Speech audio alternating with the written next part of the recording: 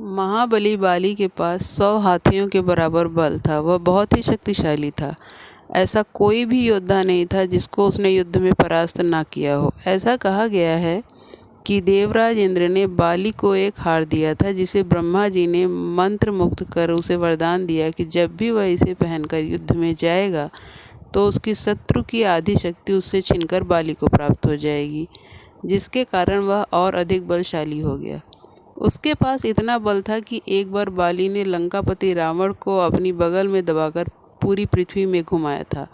रावण बाली को मारने के लिए संध्या के समय अपने पुष्पक विमान पर बैठकर गया। उस समय बाली संध्यावदन कर रहा था। रावण उसके पीछे से वार करने के उद्देश्य से गया। तभी बाली ने रावण को अपनी ओर आते देखकर उसे अपनी बगल में दबा लिया और सारी पृथ्वी में उसे घुमाया। रावण बाली के बल से डर गया और उसे मित्रता करने के लिए हाथ बढ़ाया। बाली ने उसका प्रस्ताव स्वीकार कर लिया।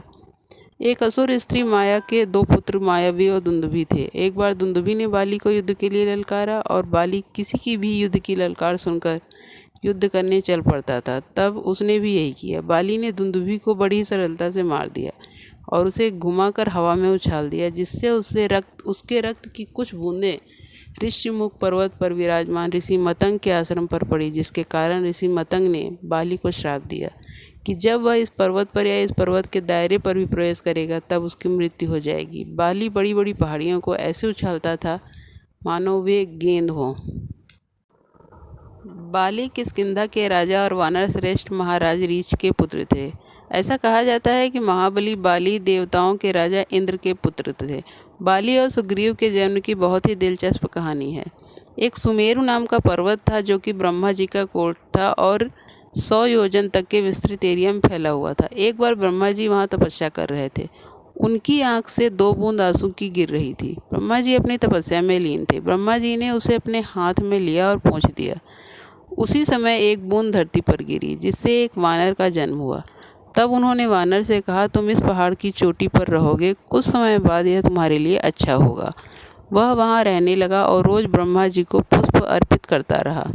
बहुत दिन बीत गए। फिर एक दिन रीछराज वहाँ से गुजरे। उन्हें बहुत तेज प्यास लगी थी। वे तालाब में झुककर पानी पीने लगे।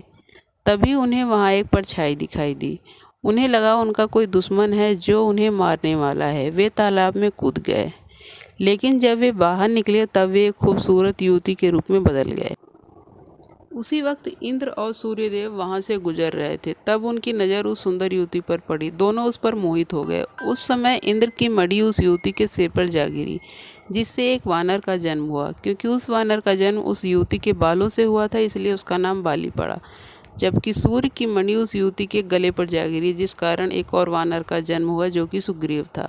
इसलिए वे दोनों एक जैसे दिखते हैं। इंद्र ने बाली को एक सोने का हार दिया, जबकि सूर्य ने सुग्रीव को हनुमान के रूप में एक सच्चा मित्र और रक्षक दिया। इसके बाद वह युवती फिर से रीछराज में बदल गई। इसलिए वे बाली और सुग्रीव दोनों के माँ और पिता दोनों हैं। रीछराज ब्रह्मा जी के पास गए और ब्रह्मा जी ने रीछराज को किष्किंधा जाने को कहा। वहां जाकर रीछराज ने अपने बड़े बेटे बाली को वहां का राजा बना दिया। कुछ समय बाद उनकी मृत्यु हो गई। ऐसा कहा गया है कि जब समुद्र मंथन हुआ था तब उसमें से 14 मड़ियों में से कुछ अप्सरा भी थीं। उन्हीं अप्सराओं में से एक थी तारा, जिस पर बाली और सुषेण दोनों मोहित थे। वे दोनों समुद्र मंथन में देवताओं का साथ दे रहे थे। बाली तारा के दाएं ओर तथा सुषेण तारा के बाएं ओर थे। तब भगवान विष्णु ने कहा कि विवाह के समय कन्या के दाईं ओर पति और बाएं ओर कन्यादान करने वाला यानी पिता होता है, जिस वजह से बाली तारा के पति और सुषेण तारा के पिता बन गए। श्री राम ने सुग्रीव को बाली से युद्ध करने के लिए चुनौती देने को कहा। सुग्रीव किष्किंधा जाकर बाली को युद्ध के लिए ललकारता है।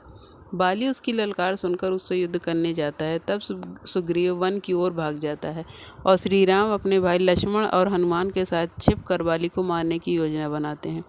किंतु बाली और सुग्रीव के एक जैसे दिखने के कारण श्री राम बाली को पहचान नहीं पाते और बाण नहीं चलाते हैं, जिससे युद्ध में सुग्रीव को काफ़ी चोट लगती है और वह किसी तरह बाली से बचकर भाग जाता है।